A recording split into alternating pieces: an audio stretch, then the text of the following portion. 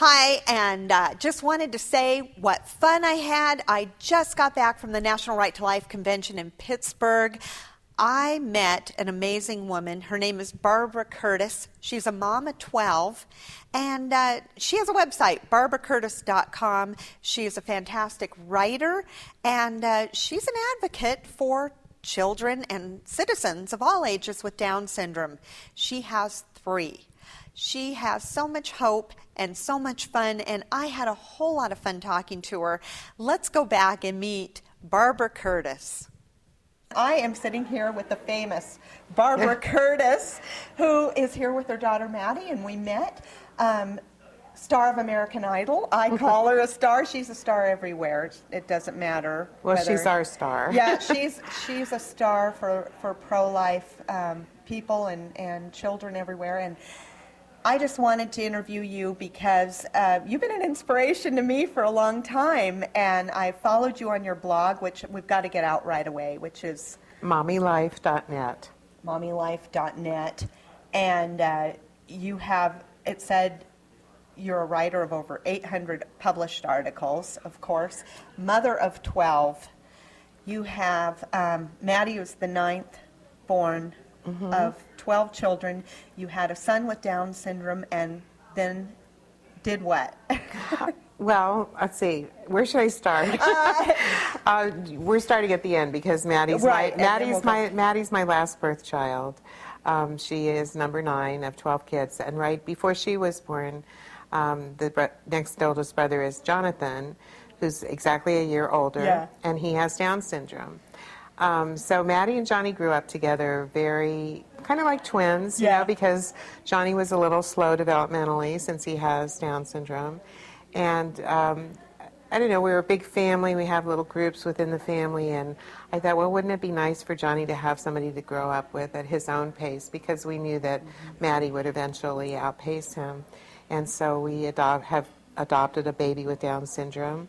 And that was the end of our plan. But God had other plans, and we ended up adopting 2 more kids. So we ended up with 4 boys with Down syndrome. 3 adopted boys with Down syndrome. Yes. 3.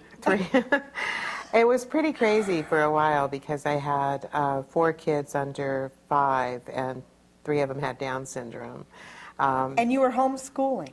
We were homeschooling at that time. And we lived in California. You said you were when you were writing, and many of these articles, published articles, you were homeschooling 8 children at the time you were being published? Now and then. Yes, I know.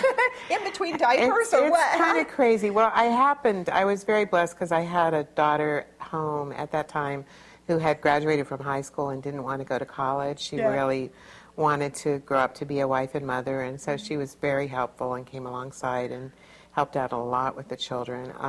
Also, because I was trained as a Montessori teacher, I probably do things a little bit differently than some moms because I realize how important it is to teach your children to be independent and to, so my children, you know, help a lot around the house, and also with the homeschooling.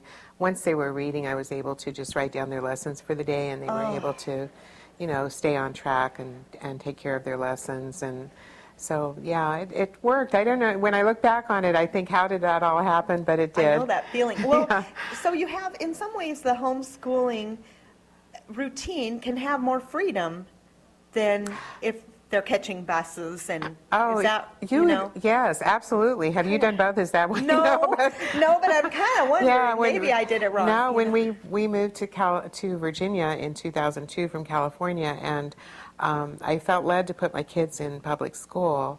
I know that sounds very strange, and it was really ironic because we were moving to the homeschool capital of the world, and I was actually a circuit speaker for homeschoolers. But I really felt very strongly that we should put our kids in public school. That was 8 years ago, and I can see why, because I really have been a very kind of a watchdog figure. They can tell you what's going on. Yes, my children, we still function very much like a homeschool family in the fact that my children's first loyalty is to their dad and me, as opposed to public school teachers.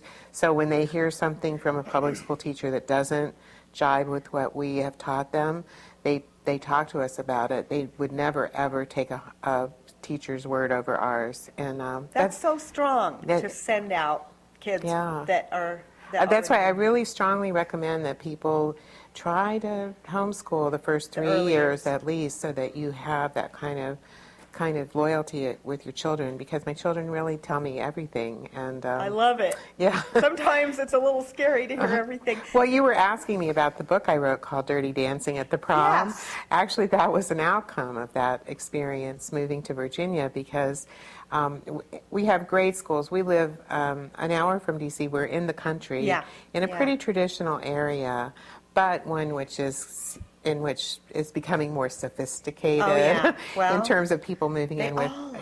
yeah. So I was very surprised the first year we were there, because my kids were in school, and I asked my sons if they were going to go to the homecoming dance, or the prom. I guess it was the Yeah, prom. yeah. And they said, "Oh no, we would never go to the prom." And they had been to the homecoming dance. And I said, "Well, why not?" Because I wanted them to have that experience, Yeah. And they said, "Oh, Mom, what happens at the dances at school is just terrible." And they described it to me, and they said, "We would never ask a nice girl to go to that." Oh my gosh. So And your kids knew instinctively already this wasn't the scene for them. It was Right. Well, over they the had top. seen it at the homecoming, but they hadn't told me at that point. They told me that spring when the prom came up. And so I wrote an article for our local newspaper. I love it. Catchy titles, too. Your titles are great. And my book publisher, I told her about it. Well, first of all hell broke loose, because it turned the out... school? Well, everywhere. And, it turned out that so many parents just did not even have a clue. Well, Not let's- only did they not have a clue what was going on, but they were prepared to defend the school and defend that nothing ever happened Well, wrong. what exactly is going on? What are we talking about? Immodest dress? Are we talking about immodest dancing? I mean, Well, you're getting this worse? expression because I really don't want to Okay, say, so it's but I mean, beyond we're that. talking about basically having sex with your clothes on the dance floor, and that's how it was and described to faculty me. looks on.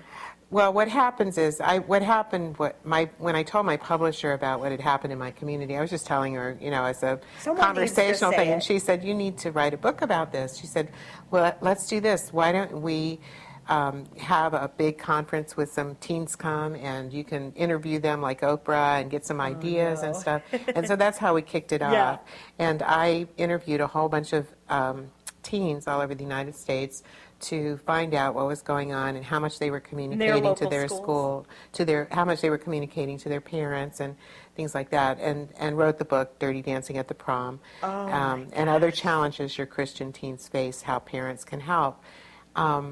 But yeah, so it turns out that nationwide, it's almost like there's a culture of youth that isn't based exactly on where you are, because of MTV and all of these Yes. common influences that they have, that these things are going on all over the United States. So it didn't matter if I was interviewing somebody in Kansas was or relevant. California or Virginia or wherever.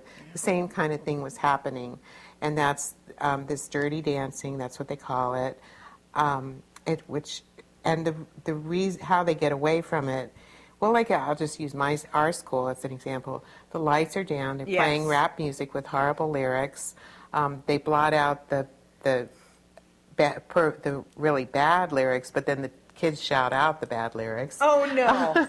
And the kids who are dancing dirty are protected by layers and layers of other kids. Really? So the chaperones kind of hang around on the outside Uh-huh. and don't get involved in finding out what's going on in the middle. And I don't believe it. It happens at school after school. What was the reaction of the school? Did the principal ever say anything when the article came out? Or It caused a furor in our county, and the schools were like, circle the wagons. We never do anything wrong. Everything's great. They And denied then- it was happening? Yeah, and then some of the parents are like, "You're ruining our school's reputation." The parents. parents. We were going to a Baptist church at the time. We're Catholic now, but we were going to this Baptist church, and some of the Baptist parents were mad at me because they said, you're ruining our chances of drawing people in and having them come to church. And I said, you know what? It's about standing up for what's right, not wow. about just hooking people to go to church.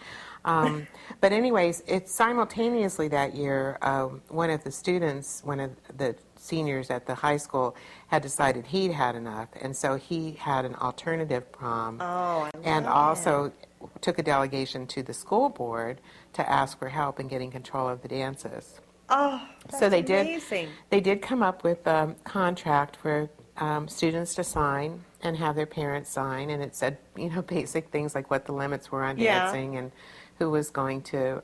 Finally, some standards were Yes. set in place because of what you speaking out. Right, but I can't say that 100% cleared up the problem, because then Right. it becomes a problem of enforcing, and Yeah, some as we- some principals would enforce it, some principals wouldn't. But the key thing that I learned from that, and that I think that parents could take home, any parents who are listening, is that you really need to find out what's going on in your child's life, because so many kids are not talking to their parents about what's going on. For one thing, they don't want their parent marching down to the school and causing a big I was going to uproar. say, did your kids go, oh no, there she goes? Or were they like, rah, rah, Mom? I mean, were they kind of mixed? Well, I've been doing this for years, so knew. they've kind of gotten used to the fact that Mom's going to speak out for what she thinks is right. Yeah. Regardless the And they cost. still come home and tell. They still come home and spill. Yeah, I think Maddie can't help herself. Sometimes she'll tell me stuff, and then she'll get that look in her eyes like, oh no. But she's learning to speak up for herself, which is That's what we want. amazing. So I guess in a way, I would say to parents, if you will stand up for what's right, your children will be empowered to stand up for what's right. Because That's our hope.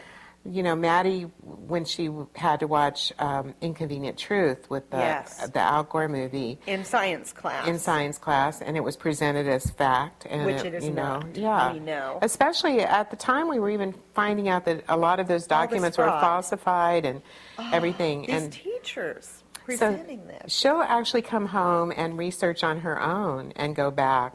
So, sometimes when I'll start to get involved, Yeah. she said, Mom, I've already I got it handled it. handled. I love it. I already I don't emailed them. doubt. I already gave them all the already links. emailed I already told them. That's got to feel good when Yeah. you know you've just set the standard, and it's going to go on to the next generation. Because you and I can work our heads off with phone calling and emailing, but if it stops with us, it's not good. Yeah, And you don't have to worry. Well, I think that has more power when it comes from her. Yes. And so she doesn't want me to speak up, not because she's embarrassed, but because she wants to handle it herself. Well, that was one of many books. You have 8 published books or more? I've published 9 books, but I think 6 are in publication right now. Well, I just jotted down a few that I just wanted you to kind of throw out some of the fun stuff in that caught my eye.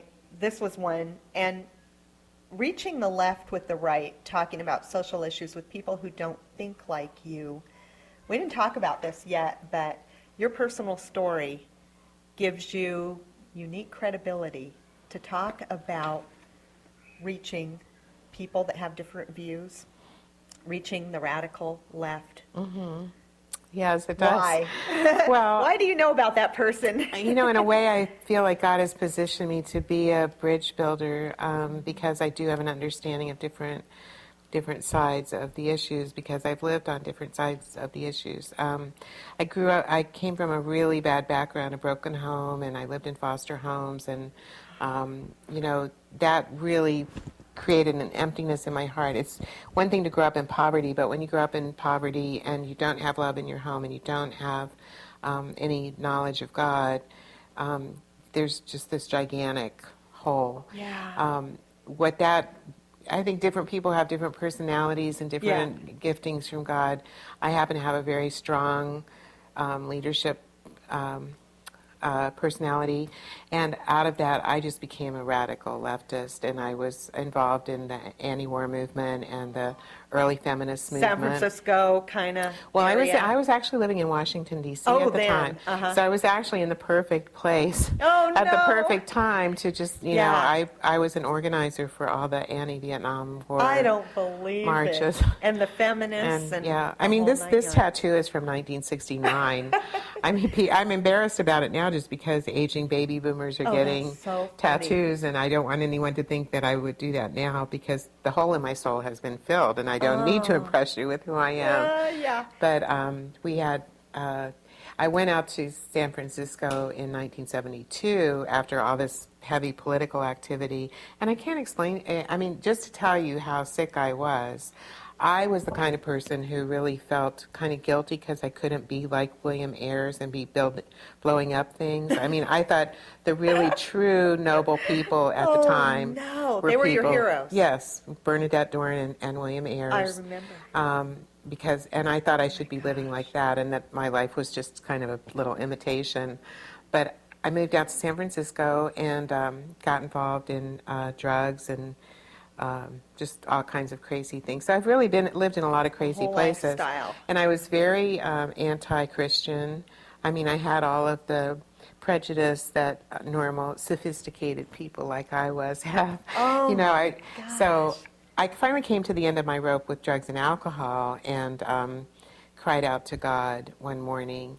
And I never would have thought, well, first of all, I was living in Marin County by that time, and only 4% of the people in Marin go to church. And most of them felt pretty much like I did, that Christians were pretty stupid people, that you would never ask anything. So I got sober in AA, and I started seeking through the New Age to find out what the spiritual truths were and everything. So it was kind of an accident that I became a Christian in 1987. Oh, And, my heavens. Yeah. And That's then, a big jump. it was. I mean, that's a whole story. By then I was married to my husband, Tripp, and I had 2 daughters from my hippie days. Right. Samantha Sunshine and Jasmine, I know. who dance. I got it. Love those names. Yeah. Well, they kind of tell you where I was. That was the world. Yeah. Well, you spoke, I don't know if it was in one of your articles, but I remember you saying, when you speak to people that are there right now, where I was, there are some wrong ways to do it. Mm-hmm. There are some ways that Christians speak and really alienate those. Can you talk about that a little bit? Because I thought it was really good advice. I think you think about the special jargon that we use. Yes. I never had heard that before. Oh, but that's so unique that you can tell us. Well, it was so funny. Well, first of all, when I became a Christian, I became an evangelical. And, there were so many things first of all, my husband and I, it was through reading the Bible. We didn't really know what had happened to us because we weren't saved in a church. And we were reading through John, and we got to the part that said about being born again. Mm-hmm. And we knew something had happened, but we didn't know what it was. So we went, we were born again. Oh my gosh, we've got to go to one of those born again places, and it was like this horrible thing. But on the other hand, we were madly in love with Jesus, and so we wanted to do what we needed to do.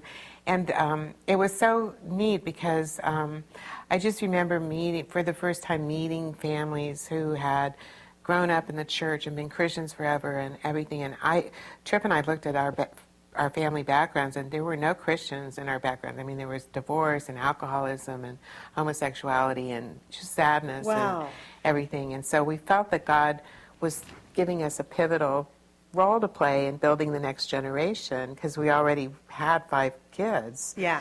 And the boys after that we had together were named Joshua Gabriel, Matthew, Raphael, and Benjamin Michael. So we felt like we were on a mission from God and that he had left us these little signs and said, come on, get with the program. Yeah. That's so funny.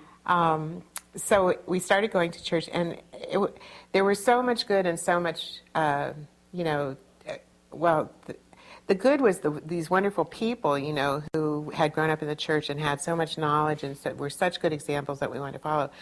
The downside for me was to see how unable they were to communicate and relate to the people who hadn't grown up like that. You can just not mean to, but do everything wrong. Right. It's like when I lived in California, if you'd walk into a grocery store and hear only Spanish being spoken, it's so true. And it's, that Christians talk in a code and they get comfortable and happy. And so many Christians in the evangelical church, I don't find this so much in the Catholic Church, but in the evangelical church, tend to keep really busy with church activities, with potlucks and Bible studies and just all of these things, so that they become very isolated and they're not out in the community so much. We just became Catholic about 3 years ago. We converted, and I see a big difference in the Catholic community. I think the Catholics who really get get it and understand their religion and their calling tend to be much more involved and much more sacrificial in the way they pour themselves out to the community. And it's not so much the code language that you hear Right. in the evangelical community sometimes. Well, they can get, yeah, Catholics can get a little, but no, but they do tend to be more service-oriented, I think, Yeah. and much more not in it for just to save people, just to get people saved, but truly to go out and serve, with no reward. And I really admire that. Well, I think you definitely have a credible background to speak from what it's like on both sides. And that's Yeah. so unique. Another thing, it's like from the radical left and now conservative Oh, and my gosh. evangelical and now Catholic. Well, when and- they say, what does God say? Be hot or be cold, but don't be lukewarm. You were never lukewarm, Yeah, right? that's true. You were That's hot and definitely cold. true. I mean, be passionate, I think is what he's saying. And because somebody passionately wrong can flip and be passionately right. And that's just so exciting. But, your writing is so beautiful. And Well, thank you. Did you always know you had that I gift? didn't start writing until I was 46 years old. And you had how many kids then? All of them yet? Maddie had just been born. Oh, my Yeah. gosh, that's amazing. And that was what started me writing. Was I was homeschooling, and people would say, "How are you able to homeschool all these kids when you're having babies every year and a half?" And writers want to know. I said, well, this was before I was writing. They just wanted to know, how could I homeschool with all these kids, at Yeah. all different ages?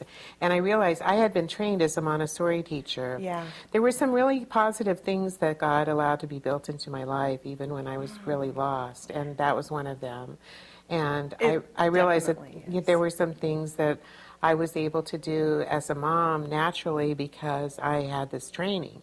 And so I wanted to take the things I had learned as a Montessori teacher and put it into some kind of form that moms could use it and help them with their lives with their children. And so I started doing workshops. And then I thought, we used to go to a summer camp at Mount Herman in California. Oh, of course, the and- writers' conference. Well, we just went to the summer camp. Oh, and right, we it has everything. Yeah, and we got the catalog one time, and it said Yeah. they have the famous writers course there. And I said, well, maybe I should go to that. And then I could write a book. And you so- got awards, didn't you? Yes, I did. Yeah, well, what are they? Well, I got the Mount Herman Writer of the Oh, Year award. that's and huge. It was. That's and a it was really only big deal. like 3 or 4 years after I started going there. Oh.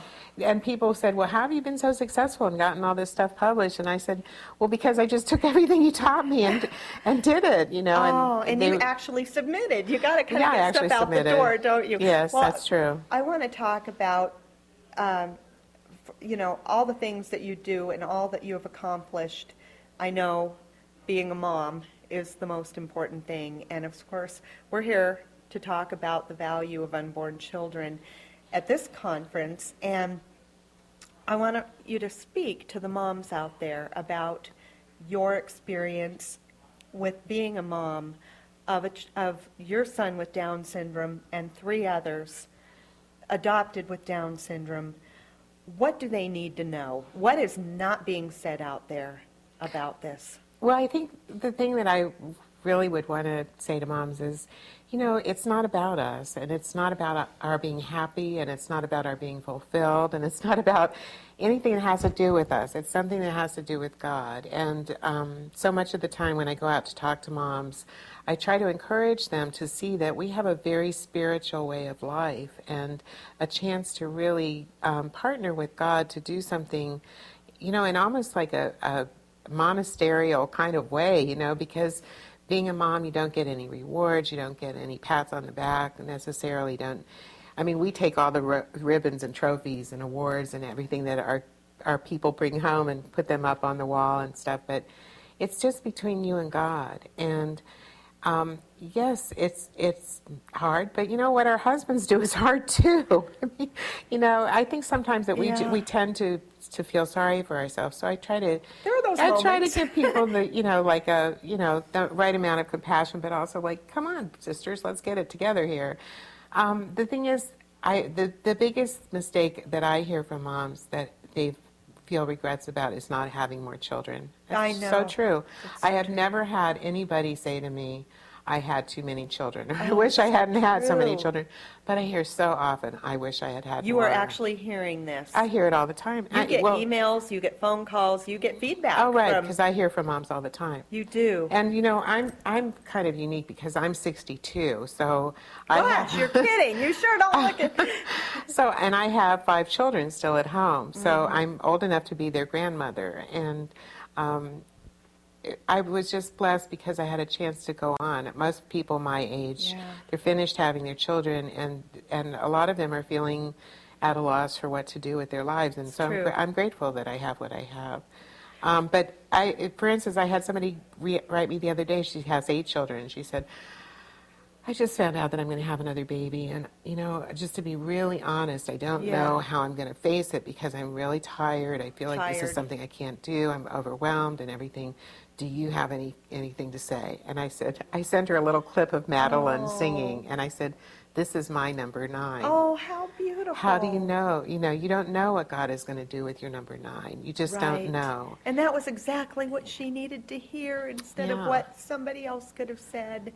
And then as far as the other question about people having babies Yes. with Down syndrome, because that's such a big fear among It's mothers. It's just a like huge this fear. knee-jerk response that our society has built into us, so that any woman who is pregnant is filled with at least some level of fear that the baby she's carrying might have Down syndrome. Right. And they never question that assumption, like why have I been taught? How have I been taught that this is something to fear?